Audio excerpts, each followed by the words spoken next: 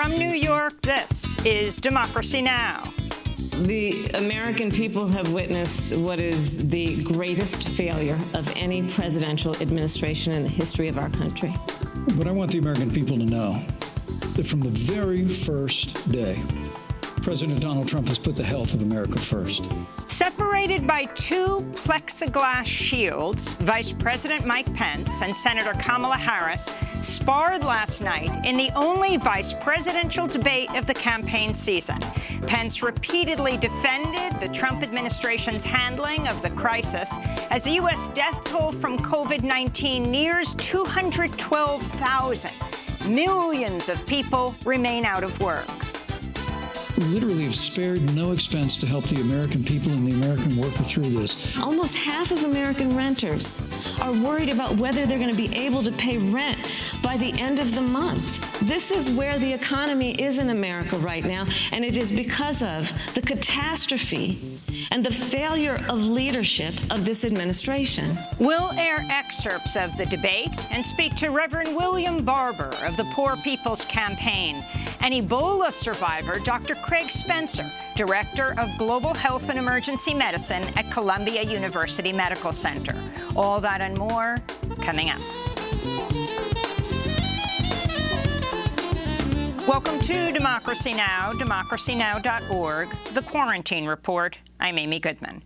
Vice President Mike Pence and Senator Kamala Harris met in Salt Lake City, Utah Wednesday night for the only vice presidential debate of the campaign season. The two sparred on climate change, the Supreme Court, the economy, institutional racism, and other issues. The debate began with Kamala Harris slamming the Trump administration's handling of the COVID-19 pandemic. The American people have witnessed what is the greatest failure of any presidential administration in the history of our country. And here are the facts. 210,000 dead people in our country in just the last several months. Over 7 million people who have contracted this disease. 1 in 5 businesses closed. We're looking at frontline workers who have been treated like sacrificial workers. We are looking at over 30 million people who in the last several months had to file for unemployment.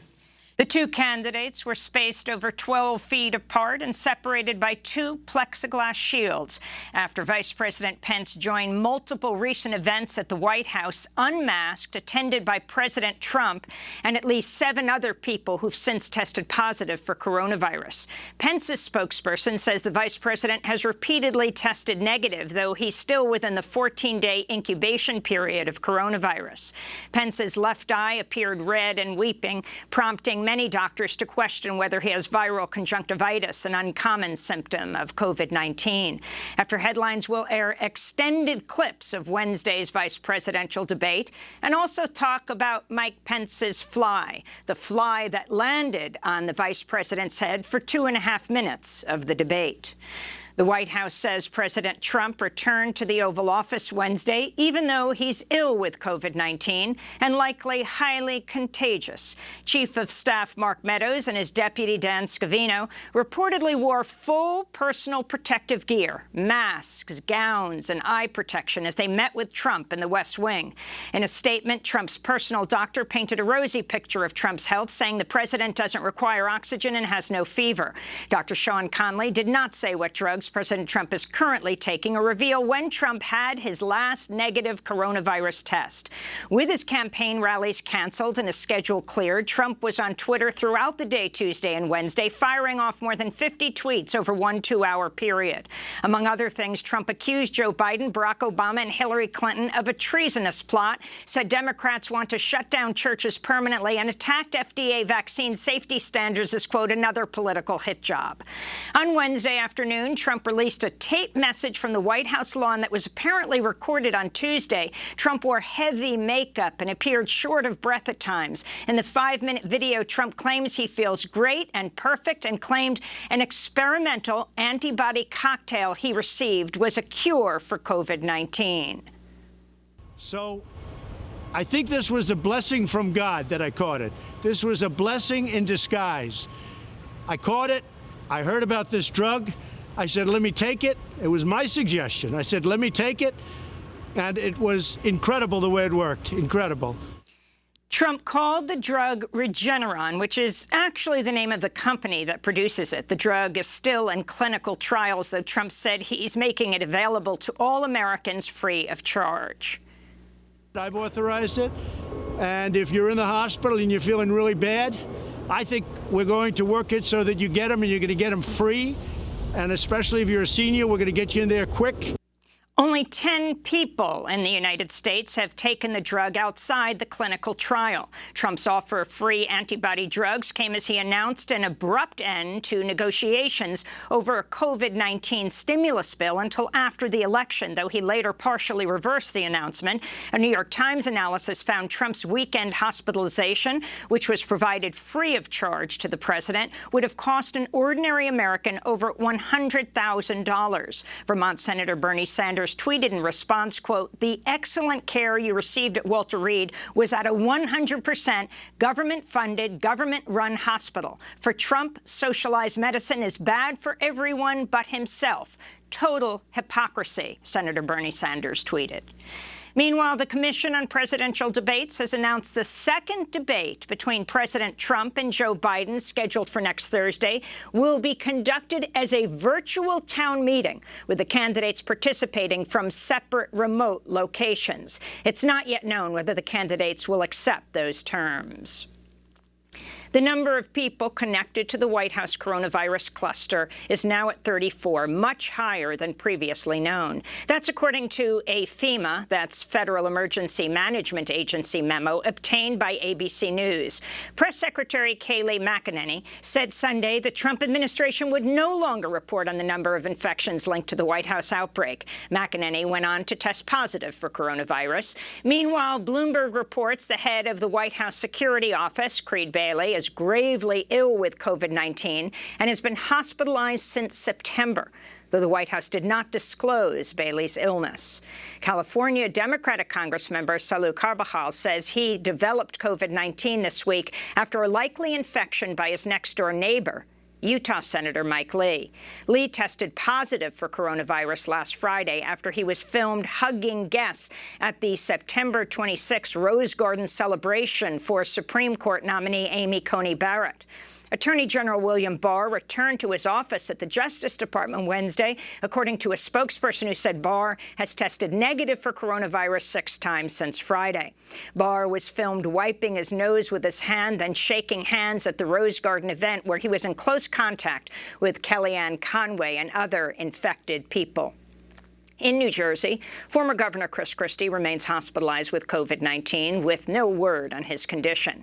President Trump's attorney, Rudy Giuliani, said Wednesday he's taking the anti-malarial drug hydroxychloroquine to ward off a COVID-19 infection after spending hours last week with President Trump, Chris Christie, and other officials who've since tested positive.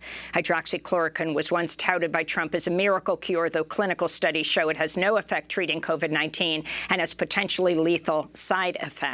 Giuliani is not quarantining and says he'll take another coronavirus test Friday. On Tuesday, he appeared maskless as he addressed a crowd of dozens of people at a GOP fundraiser in Manhattan. A day earlier, Giuliani coughed his way through an interview on Fox News.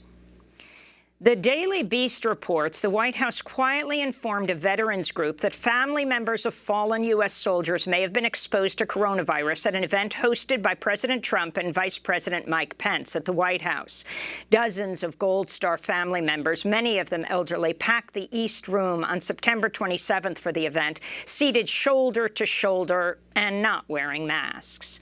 Across the United States, coronavirus cases continue to climb, with more than 52,000 new infections reported on Wednesday. The death toll is approaching 212,000, and nearly 500,000 U.S. residents have been hospitalized with COVID-19 since the start of the pandemic.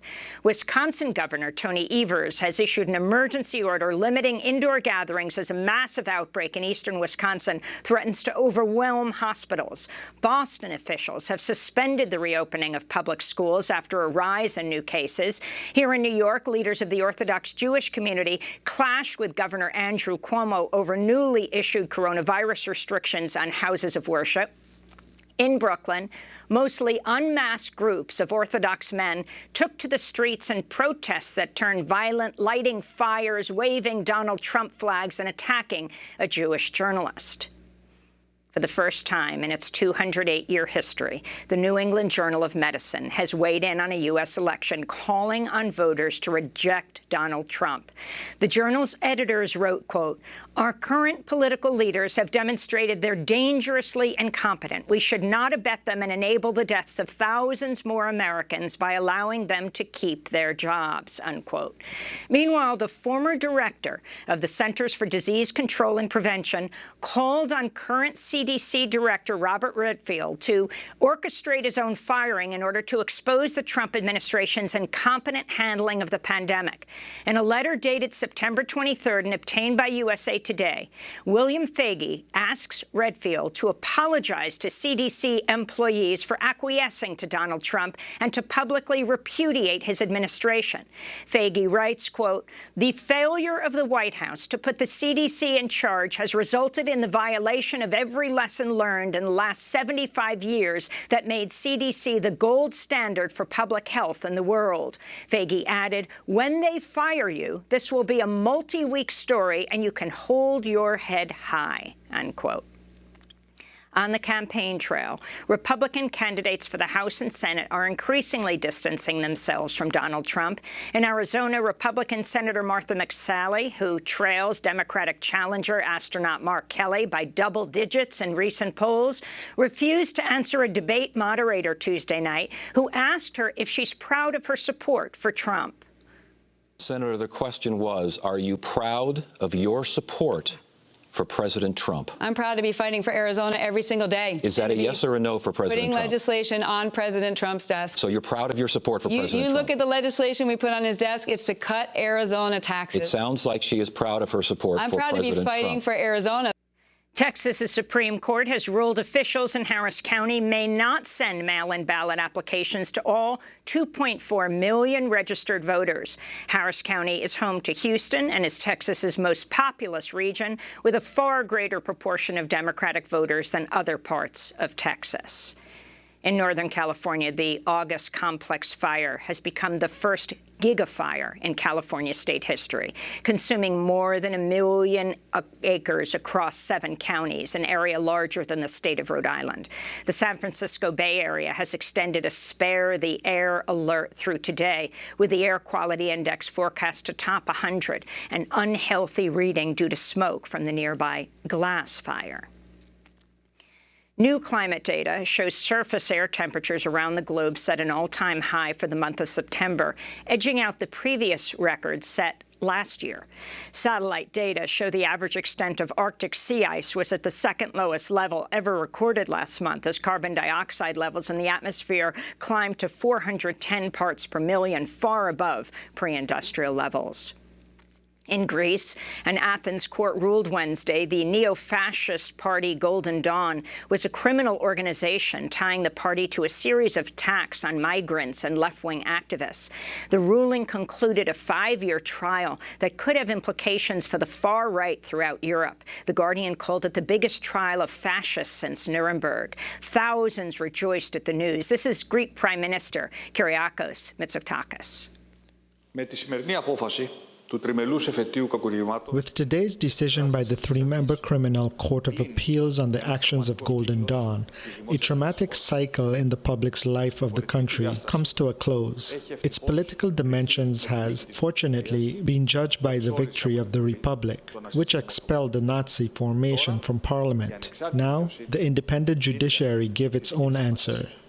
Back in the U.S., Jacob Blake has left the hospital in Milwaukee more than 6 weeks after the black father was shot 7 times in the back by Kenosha police, paralyzing him from the waist down. Blake's lawyer said Wednesday he's still in recovery. To see our interview with his father, also named Jacob Blake, you can go to democracynow.org. Derek Chauvin, the white former Minneapolis police officer who killed George Floyd, was released from custody Wednesday after posting a $1 million bond. Chauvin faces a a second-degree murder charge for pressing his knee into George Floyd's neck for more than 9 minutes in a video seen around the world. Minnesota Governor Tim Walz called out the National Guard Wednesday evening as hundreds marched on Minneapolis's 5th Police Precinct to protest Chauvin's release. American poet Louise Gluck has been awarded the 2020 Nobel Prize in Literature. On Wednesday, the Nobel Prize in Chemistry was awarded to Jennifer Doudna and Emmanuel Carpentier for their work on a gene editing tool called CRISPR-Cas9. It's the first time the award has gone to 2 women.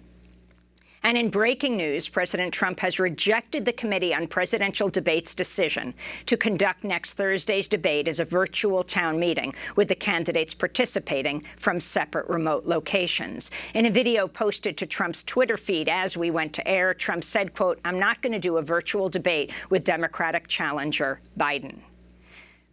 President Trump is infected with the coronavirus. And those are some of the headlines. This is Democracy Now!, democracynow.org, The Quarantine Report. When we come back, we'll air excerpts of last night's debate and speak to the Reverend William Barber of the Poor People's Campaign and Ebola survivor Dr. Craig Spencer, Director of Global Health and Emergency Medicine at Columbia University. Stay with us. I think I can make it now. The pain is gone.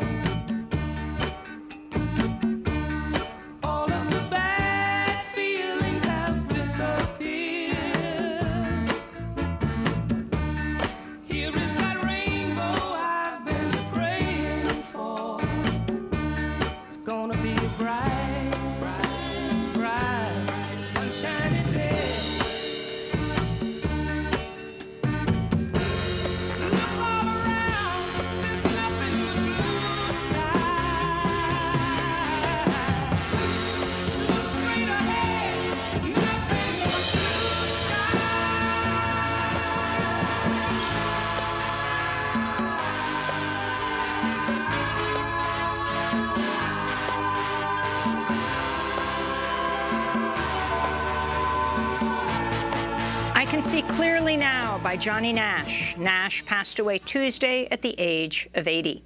This is Democracy Now!, democracynow.org, The Quarantine Report. I'm Amy Goodman with Nermeen Shaikh, remotely here in New York City as well. Hi, Nermeen. Good morning, Amy, and welcome to our listeners and viewers around the country and around the world. Well, Vice President Mike Pence and Senator Kamala Harris met in Salt Lake City, Utah, Wednesday night for the only vice presidential debate of the campaign season.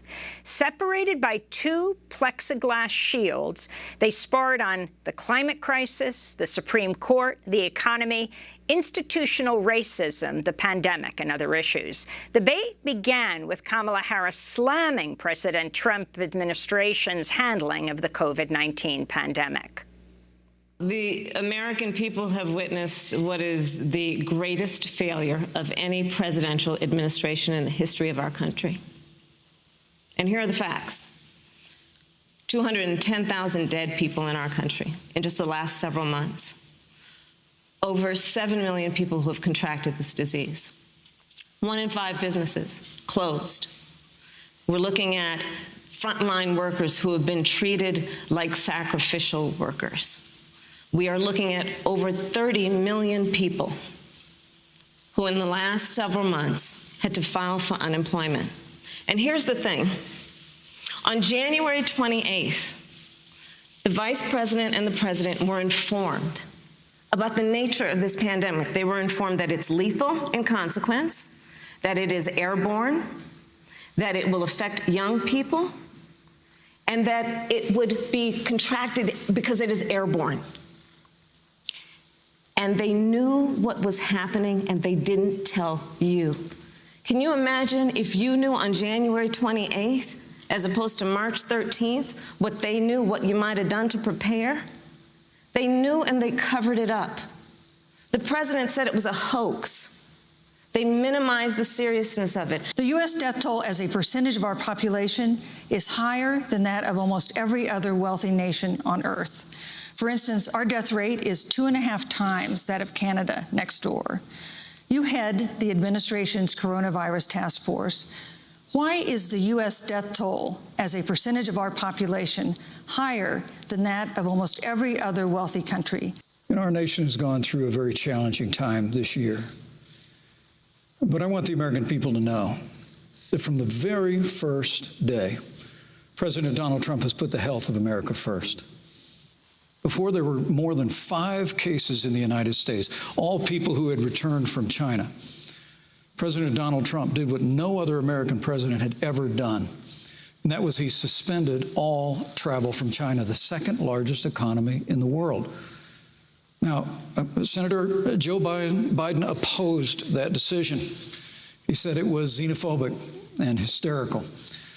But I can tell you, having led the White House Coronavirus Task Force, that decision alone by President Trump bought us invaluable time to stand up the greatest national mobilization since World War II. And I believe it saved hundreds of thousands of American lives. Because with that time, we were able to reinvent testing. More than 115 million tests have been done to date. We were able to see to the delivery of billions of supplies so our doctors and nurses had the resources support they needed. And we began, really, before the month of February was out, to develop a vaccine and to develop medicines and therapeutics that have been saving lives all along the way. And under President Trump's leadership, Operation Warp Speed, we believe, will have literally tens of millions of doses of a vaccine before the end of this year. The reality is, when you look at the Biden plan, it reads an awful lot like what President Trump and I and our task force have been doing every step of the way. I mean, quite frankly, when I look at their plan that talks about advancing testing, creating new PPE, developing a vaccine, it looks a little bit like plagiarism, which is something Joe Biden knows a little bit about. Senator Harris, would you like to respond? Absolutely. Whatever the vice president is claiming the administration has done, clearly it hasn't worked. When you're looking at over 210,000 dead bodies in our country, American lives that have been lost, families that are grieving that loss. And you know, the vice president is the head of the task force and knew on January 28th how serious this was. And then thanks to Bob Woodward, we learned that they knew about it. And then when that was exposed, the vice president said, when asked, well, why didn't y'all tell anybody? He said, because the president wanted people to remain calm. Well, let's get no, but Susan, this is important. Susan, I want to add, but Mr. Vice President, I'm speaking. I have to I'm speaking. Yeah, you can have 15 more seconds, and then we'll give the vice president a chance to So I want to ask the American people, how calm were you when you were panicked about where you're going to get your next roll of toilet paper? How calm were you when your kids were sent home from school and you didn't know when they could go back? How calm were you when your children couldn't see your parents because you were afraid they could kill them? We begin today's show with Dr. Craig Spencer, Director of Global Health and Emergency Medicine at Columbia University Medical Center. In 2014, he contracted Ebola while fighting its outbreak in Africa, is now emergency room doctor here in New York City, where he's been treating coronavirus patients. Before we get your response to the debate that we just heard, Dr. Spencer, we wanted to get your response to the latest breaking news. The infected president of the United States, right? President Trump has COVID-19, has just said he will not go along with the Commission on Presidential Debate's decision to have a virtual second presidential debate next week because of the deep concern of how many more people would be exposed to President Trump, who has COVID. Can you respond to what he is saying, not to mention what has happened throughout this weekend?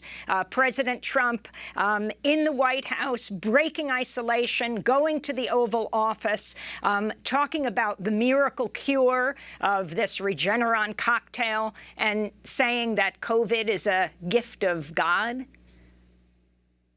Yeah, for sure. I don't think this is a gift from God for anybody. We have, as you've already pointed out, nearly 212,000 people that have died. We have increasing cases all across the country. There will be many more deaths from this. I don't think this is a gift to anyone. Regarding having a presidential debate in person, I certainly wouldn't stand on stage with someone who was recently infected with coronavirus.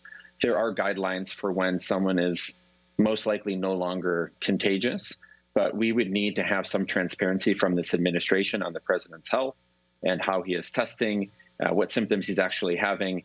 We haven't received that to date. I think what we saw this weekend when the president was hospitalized, we were told one thing and then the next day told something different.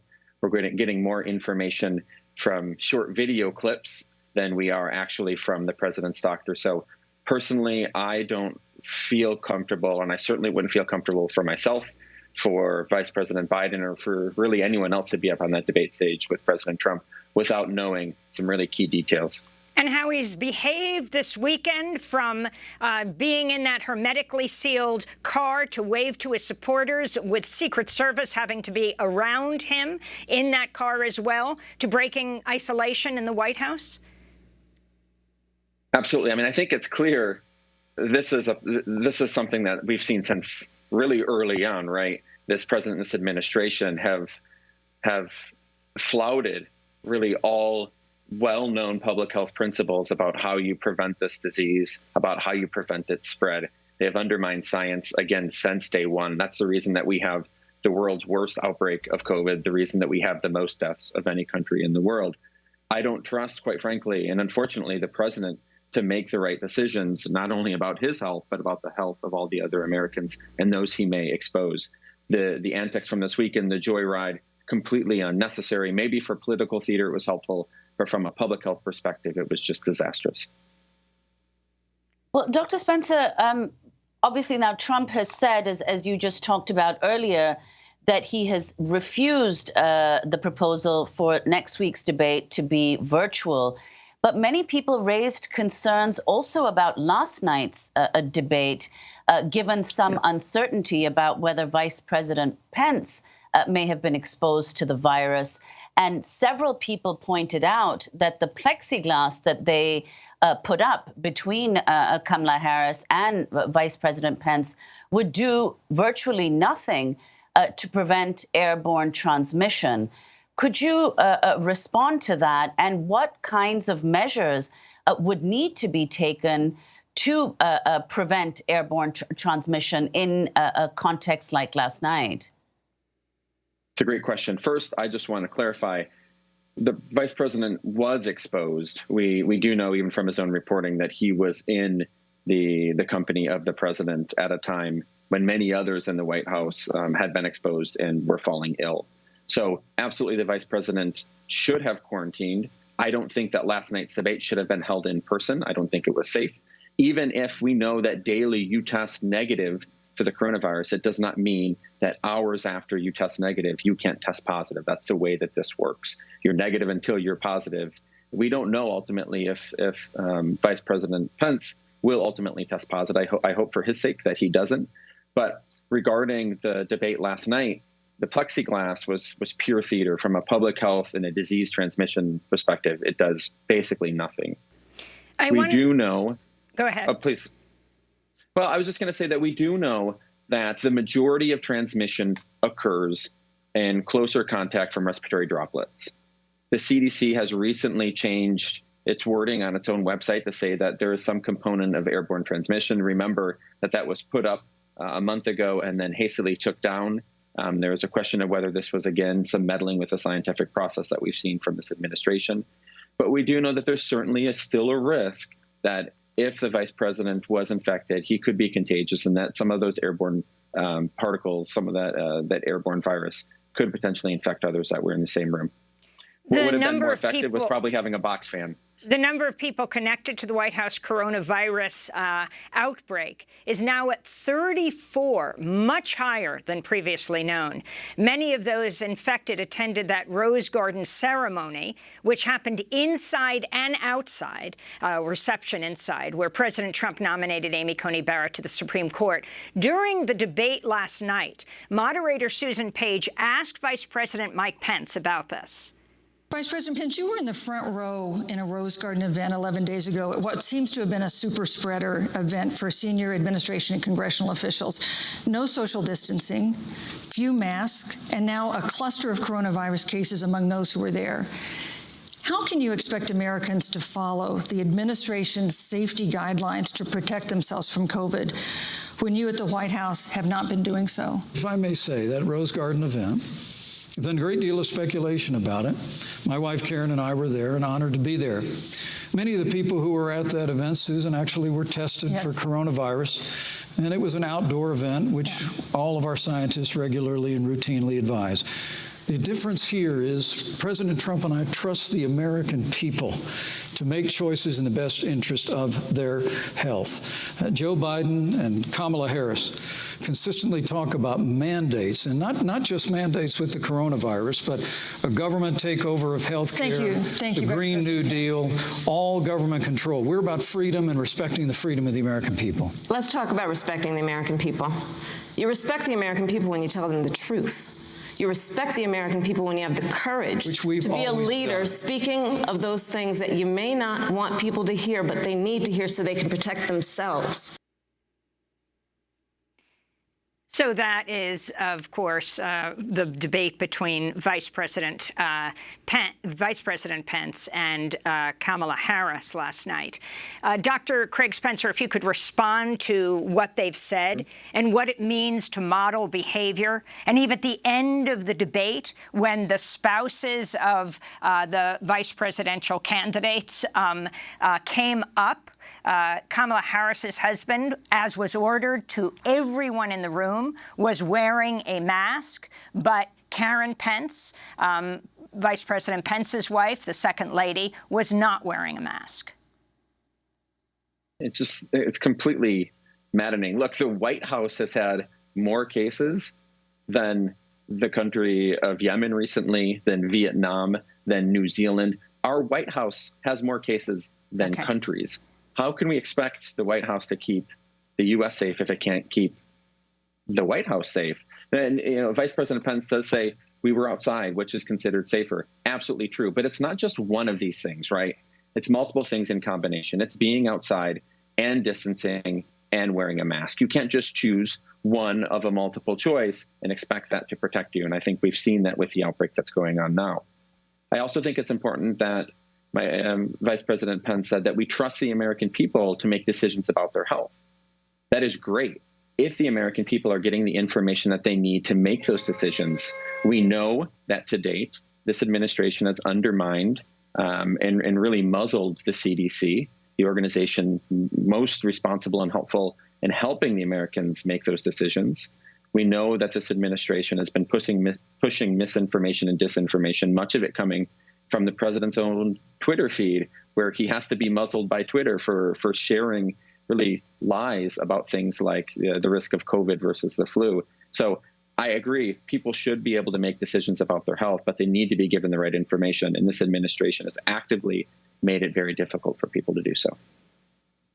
Well, Dr. Spencer, one of the reasons that people cite for the U.S. having such high numbers is the insufficient contact tracing that happened here early on and even now. And the White House itself, despite this outbreak, has in fact rejected an offer by the CDC to help with contact tracing. And many people who have been put at risk say they've not been contacted. So if you could respond to that and explain the importance of contact tracing, and then also this unprecedented editorial by the editors of the leading medical journal, the New England Journal of Medicine, criticizing the Trump administration for the handling of the pandemic. Absolutely. So on contact tracing, that is such a critical part of disease detection, not just for coronavirus, but for any outbreak. We did it with Ebola. We did it really with any infectious disease that we want to control. You need to test, you need to trace, and you need to isolate. You need to find anyone that has been a potential contact of someone who could have been infectious. You need to make sure that they quarantine. You need to make sure that they have access to getting tested. And you need to continue to follow their symptoms so that if they get sick, you can find the people who have been exposed potentially by them as well. This is something the CDC does extremely well. It is unconscionable that the White House is not doing this. You saw that there was really a crowdsource in USA Today with the Google Doc to try to get names and identify people who were at the Rose Garden. This is something that the CDC does, and this is what their job is. And so, again, this is another instance in which the White House is basically saying good public health that's been established over the past few centuries just isn't crucial here. And that's, again, I think the reason that we see uncontrolled spread in the White House. On the second point around the New England Journal of... I'm sorry, please. No, please go ahead, Dr. Spencer. I was just going to say on the second point around the New England Journal of Medicine, as you pointed out, this is really an unprecedented step. And I think what this highlights is that for months and months and months, people have been saying that people like myself, physicians and public health scientists that are getting up and talking about how poor this administration's response has been, have been telling us that we're political. It's not political when public health professionals and physicians and scientists talk about how poorly our politicians have handled our public health response. It is our job as public health professionals to do so. And I think the New England Journal of Medicine making that stance is just another critical voice adding to that mass of people who have just been incredibly disappointed with how bad we've handled this. I want to go to last night's debate moderator, Susan Page, who asked Senator Kamala Harris about the Trump administration's rush to approve a vaccine. If the Trump administration approves a vaccine before or after the election, should Americans take it, and would you take it? If the public health professionals, if Dr. Fauci, if the doctors tell us that we should take it, I'll be the first in line to take it, absolutely. But if Donald Trump tells us that we should take it, I'm not taking it. The reality is that we're going to have a vaccine, Senator, in record time, in unheard of time, in less than a year. We have 5 companies in phase 3 clinical trials, and we're right now producing tens of millions of doses.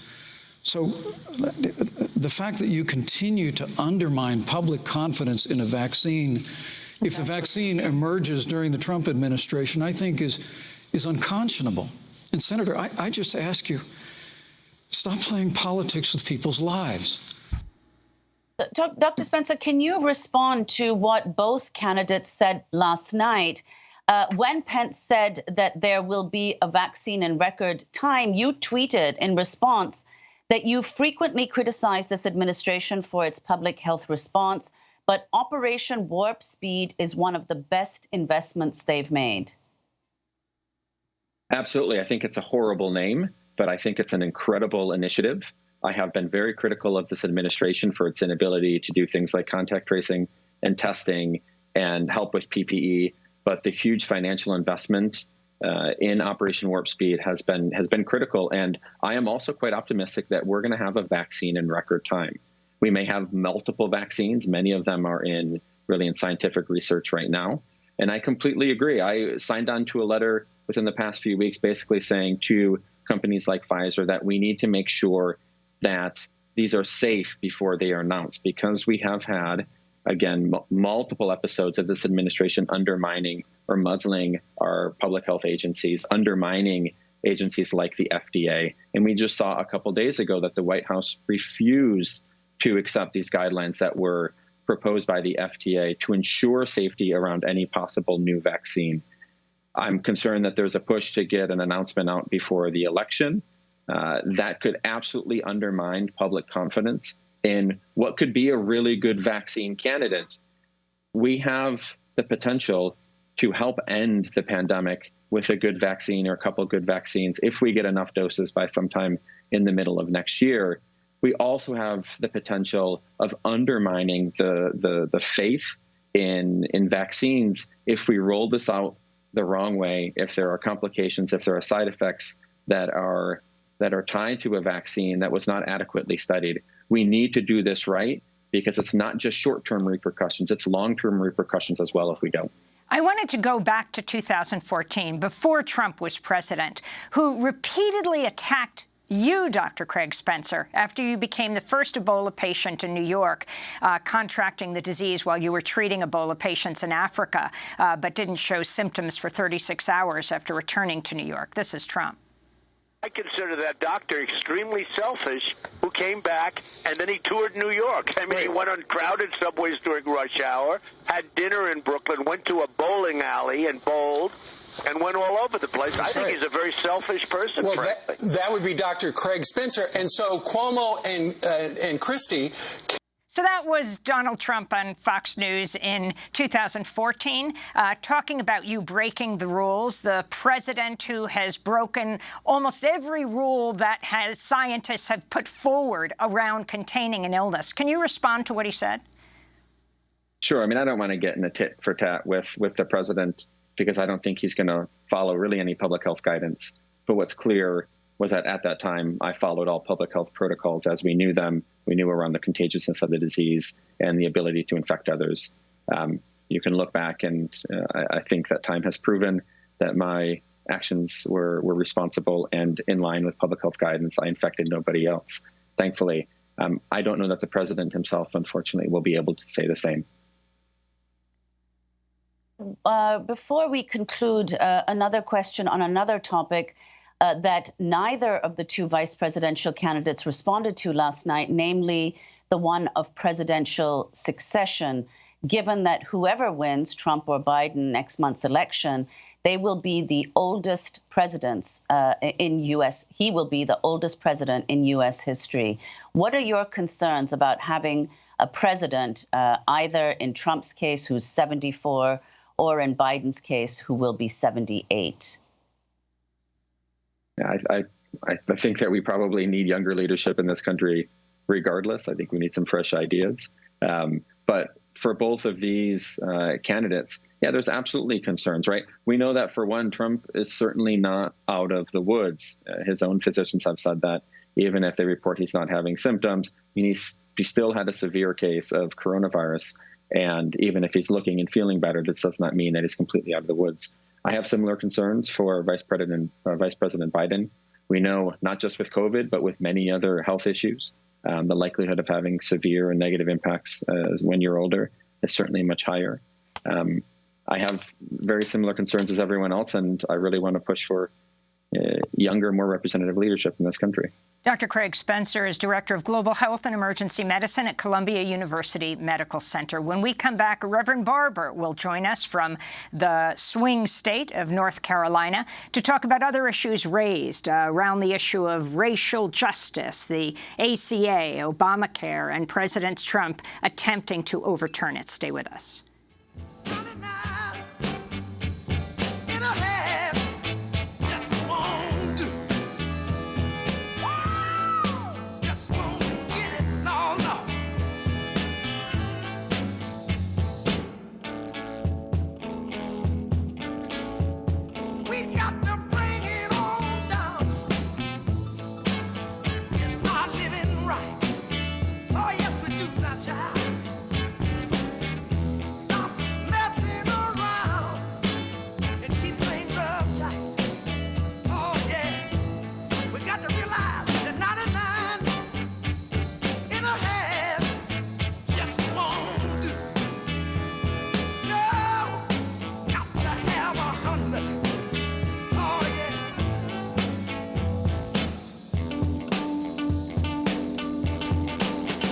Wilson Pickett's 99 1/2 won't do. This is Democracy Now!, the Quarantine Report. I'm Amy Goodman with Nermeen Shaikh. Vice President Mike Pence and Senator Kamala Harris met in Salt Lake City, Utah Wednesday night for their only vice presidential debate of the campaign season. On the issue of the economy, Pence argued it had been growing too slowly under the Obama-Biden administration and made no mention of the economic collapse during the coronavirus pandemic. This exchange begins with Senator Kamala Harris.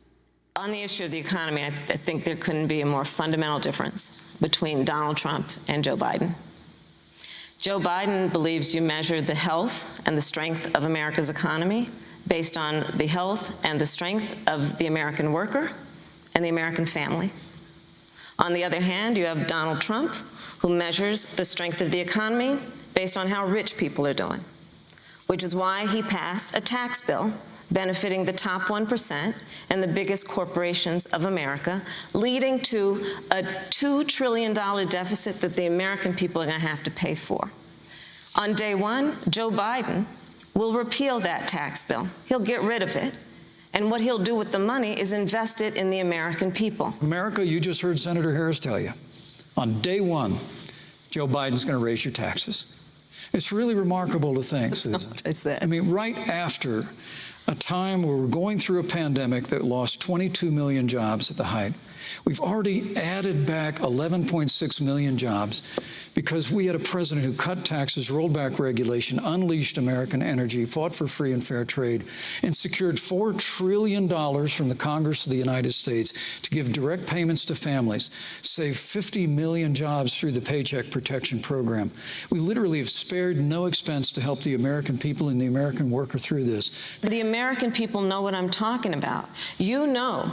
I think about 20-year-olds. You know, we have a 20-year-old, a 20-something-year-old, who are coming out of high school and college right now, and you're wondering, is there going to be a job there for me? We're looking at people who are trying to figure out how they're going to pay rent by the end of the month. Almost half of American renters are worried about whether they're going to be able to pay rent by the end of the month. This is where the economy is in America right now, and it is because of the catastrophe and the failure of leadership of this administration. That's Kamala Harris and Mike Pence. We spend the rest of the hour with Reverend Dr. William Barber, co-chair of the Poor People's Campaign, president of Repairers of the Breach, joining us from Raleigh, North Carolina. Can you talk about the framing of not only the vice presidential debate, but the presidential debates? Not only that, what these candidates are willing to talk about when it comes to issues of poverty. I don't know if that word was mentioned even once last night, and other economic crises that people are facing. Dr. Barber.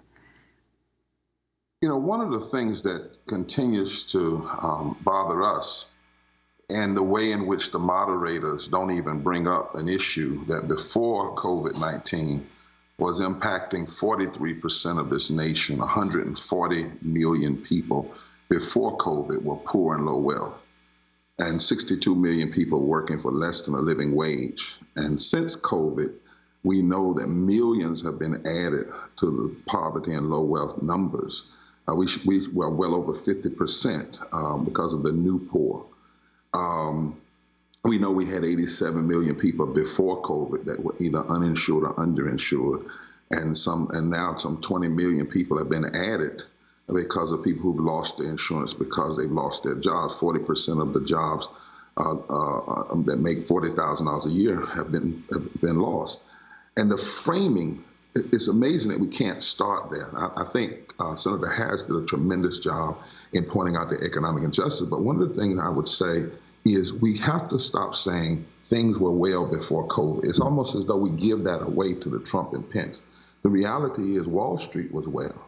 The reality is those who got his tax cuts were well. The reality is, though, that before COVID, they were trying to overturn health care. Before COVID, they were blocking living wages. Before COVID, we were not addressing the issue of poor and low wealth people. And we have to find a way to say that. I wish the moderators would just talk about that and open it up, Amy, because 64 million poor and low wealth people were eligible to vote in the last election. That's nearly 1/3 of the electorate. 34 million did not vote. And a study that we just recently did called Power Unleashed, Unleashing the Power of Poor and Low Wealth Voters, that said that the number one reason that poor and low wealth people did not vote was a tri-reason. They never hear their names called, their issues, the lack of transportation and they can't get off a job, and voter suppression. But that's the very group that in 15 states, if just 1 to 20% of them vote, Michigan 1%, North Carolina 19%, Florida 7%, could fundamentally shift the electorate. And they deserve to no longer be marginalized, but to be heard and to be talked about in these debates. Reverend Barber, I'd like to ask you about one aspect of what this widespread poverty before the pandemic and after the pandemic has induced, namely food insecurity. According to the Census Bureau and the Department of Agriculture, the level of hunger in U.S. households has tripled since 2019, and the proportion of American children who sometimes don't have enough to eat is now as much as 14 times higher than last year. So could you talk about that particular issue and your assessment of the Biden-Harris plan, their anti-poverty proposal? Well, you know, When Pence talked last night, he told what my grandmother called a bold-faced lie. The first CARES Act, 83% of the money went to corporations and banks. It did not go to the people. And when we look at COVID-19, we know that the fissures of systemic racism and systemic poverty have actually allowed this pandemic to have a greater hold in our American society. We know that when we talk about death, we have to disaggregate that. It's not just people are dying, poor people are dying. People who make less than $50,000 a year are dying. Among people are dying who are among the poor, whether it be white, black, and disproportionately among black and brown and indigenous people. And that COVID has killed more people in the U.S. than Americans were killed in battle in 5 of our most recent wars: Korea, Vietnam, Iraq, the war in Afghanistan, and the Persian Gulf War.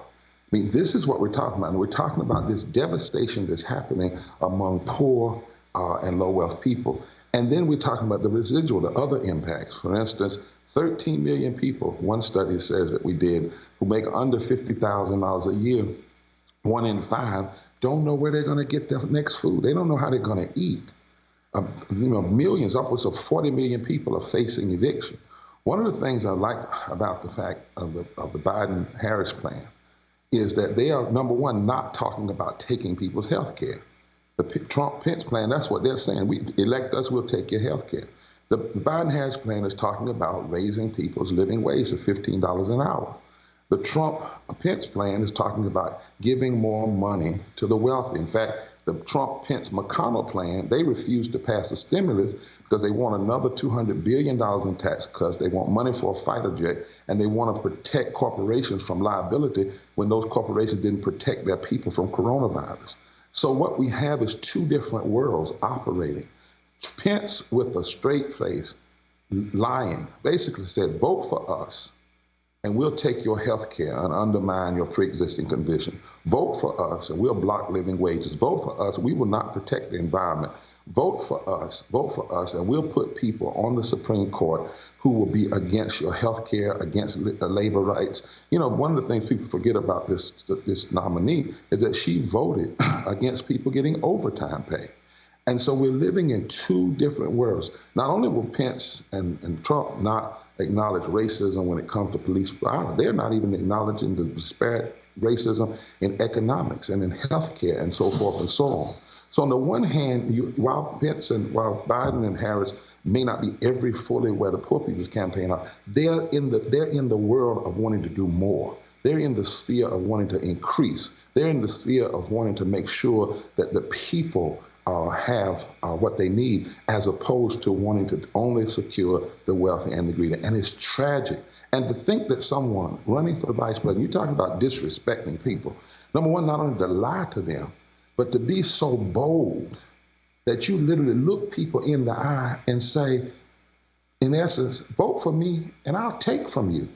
Vote for me in the midst of a pandemic and I'll take health care, even in the midst of all of this death, There's something wrong with Trump and Pence. I mean, deep down in the soul, and McConnell and those and the Republicans who have decided to hold on to these positions. It's immoral, it's constitutionally inconsistent, it's economically insane, and it is a form of necropolitics, the politics of death that is contrary to everything we say we believe in on paper, like life, liberty, and the pursuit of happiness.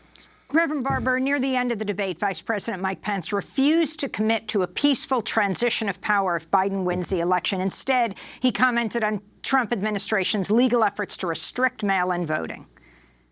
Let me just say, I think we're going to win this election. President Trump and I are fighting every day in courthouses to prevent Joe Biden and Kamala Harris from changing the rules and creating this universal mail-in voting that will create a massive opportunity for voter fraud. And we have a free and fair election. We know we're going to have confidence in it. And I believe in all my heart that President Donald Trump's going to be reelected for 4 more years. So let's talk about the Trump administration's efforts to stop voting and also what you're doing, but the significance of this. You know, I come from a unique place. North Carolina was the scene of the crime of the worst voter suppression bill after the case out of Alabama. And when the Supreme Court gutted Section 5, and Ruth Bader Ginsburg said that it's like putting away your umbrella. The Shelby case it was, putting away your umbrella in a rainstorm. And in North Carolina, Amy, when it was done, the Republicans there said, now that the problem has been, the headache has been removed, we can do what we want to. And guess what? Everything Pence just said, we heard in 2013. And they tried to roll back every progressive way of voting. And they actually went to the books and looked at how did it benefit black and brown people and young people, and those were the rules they tried to roll back. And the court said it was surgical racism. And what I saw in North Carolina, what we defeated in North Carolina, what we filed suit against in North Carolina, is now what Trump and Pence are talking about doing on the national level. Surgical racism with surgical precision. I wish the moderator had drilled down on that voting rights case, because, you know, Pence and Trump don't believe in the Voting Rights Act. I mean, Republicans don't believe in restoring, even the black one, like Tim Scott, they don't believe in it. They know they cannot win if everybody votes. They are terribly afraid of poor and low-wealth black and brown people voting. So what are we doing? We're saying to people, you have to vote. We have a campaign called We Must Do More. And your listeners can go to www.poorpeoplescampaign.org.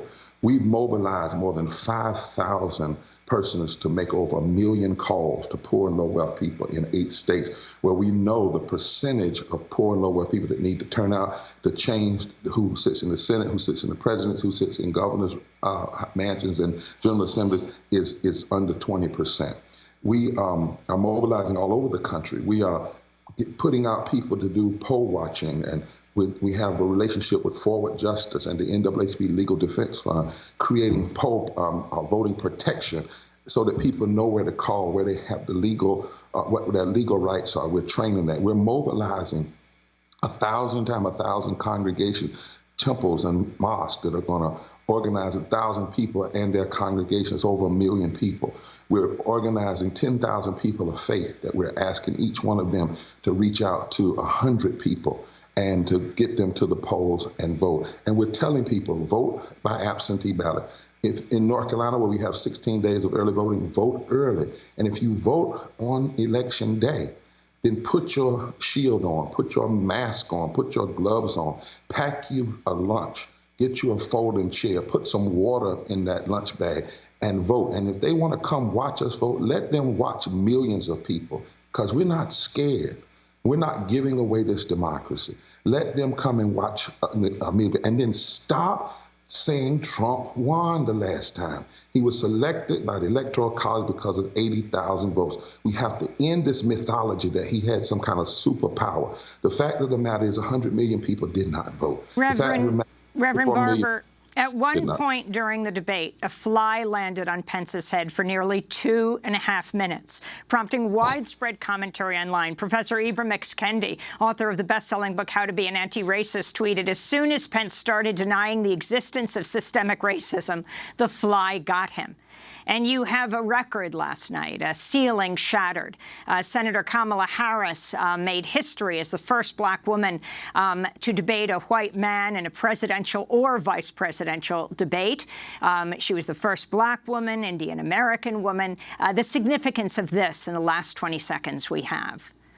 Yeah, she was fusion politics indeed. She was the second black woman to be the vice president on a major ticket, first on the stage of debate. You know, I couldn't help but go to the book of Exodus, where it talked about where God said, if you don't let my people go, I'm going to cause flies to come as a sign of what's wrong. But I won't let the flies be on the people, but the fly will be a symbol that you're just wrong, you're lying. Let my people go. And Trump and Pence need to let the people go. They've been holding poor and low-wealth people hostage, essential workers hostage. It's time for a change in this country. Reverend Dr. William Barber, co-chair of the Poor People's Campaign, we want to thank you so much for being with us, speaking to us from Raleigh, North Carolina. To see the full debate at democracynow.org, go there and you can see the 90 minutes. Again, President Trump says he refuses to participate in a virtual debate. We'll bring you the latest. Check at democracynow.org. I'm Amy Goodman with Nermeen Shaikh. Stay safe, save lives, wear